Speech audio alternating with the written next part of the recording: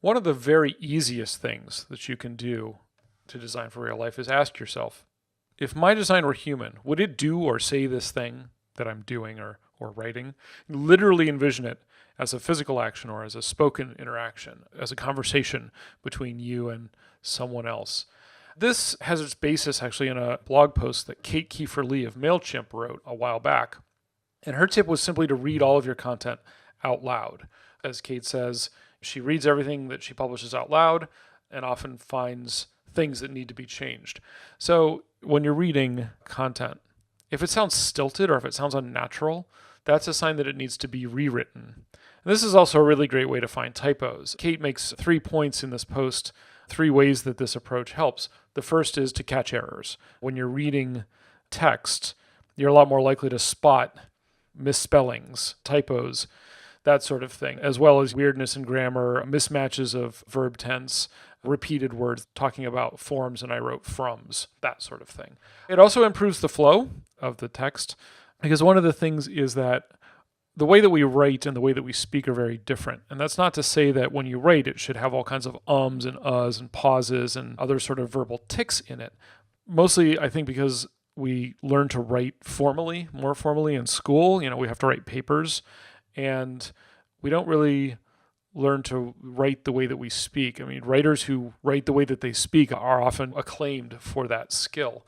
So to have the text and to read it out loud, it helps improve that flow. And it also softens your sentences. Again, with that formality, sometimes there's a little bit of a harsh edge to the way that we write.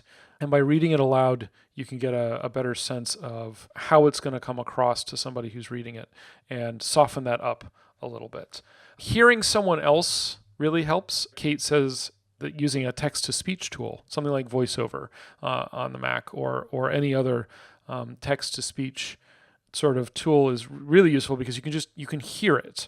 And actually, with text-to-speech getting as good as it is, that can sometimes be a decent substitute if you're working solo, you work from home, that kind of thing. If you don't have other people sitting next to you, at a desk next to you, then you can make use of those sorts of tools. But even just having you read it out loud to the wall, to a stuffed animal or an action figure, or in my case, I have a monkey lamp in my office. I can read to the monkey and see if it sounds normal, if it sounds like something a human would say.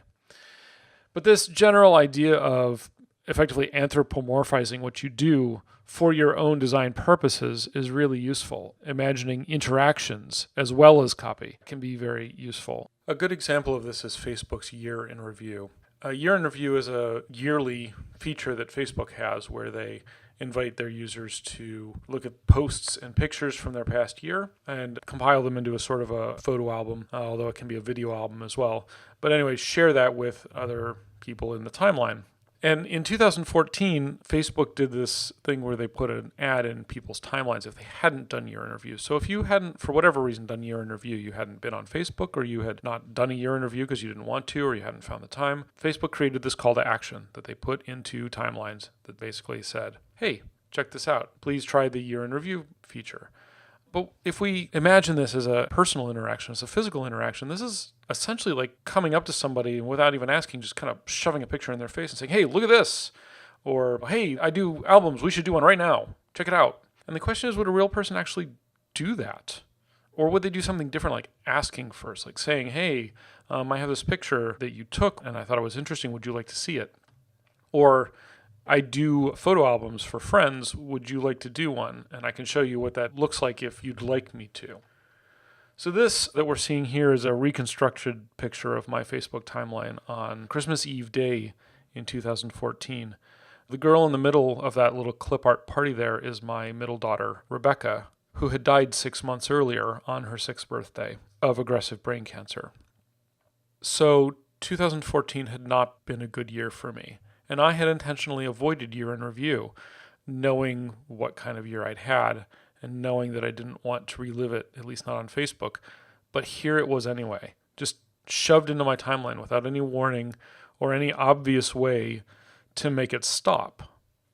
And how we got to this place is really completely understandable. If you think about it from a design perspective, Facebook had a product that they were understandably proud of, right? Year in Review was really very enjoyable for many, many of their users. And in order to encourage that, they looked for the post, the picture that had gotten the most quote unquote engagement from the year, the most comments, the most reactions at that point, the most likes, because that was really the only response metric there was. And so how they got here is understandable, but this call to action was absolutely unrequested and unwanted. And honestly, in my situation, it was rather painful and off-putting. I was able, after the initial shock and immediate grief sort of ebbed, I was able to think to myself, okay, how did we get here? How did we get to this place of Facebook showing me this picture and in this context? And if you think about someone who had a great year and wants to share it, Year in Review was actually perfectly designed. And not just Year in Review, but this call to action were exquisitely targeted at that use case. But there were many people who had a very different situation, who had not had a good year. And when you think about how many people were using Facebook at that point, it was about 1.2 billion monthly active users. It's more than that now. But at the time, if even 1% of that 1.2 billion people had had a horrible year, how many millions of people is that who got a timeline ad or something shown to them that they really had been trying to avoid? For a lot of people, that may have been the last straw. That may have been the point at which they walked away from Facebook forever. And from Facebook's point of view, that's not good.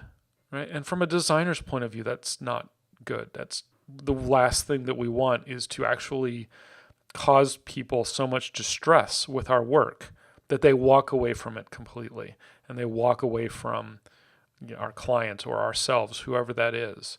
This is not what we're after. And what we're after is to help people, to encourage them to do things, but to do so in a way that's respectful of the user and does its best to take into account the kind of situation they might be in.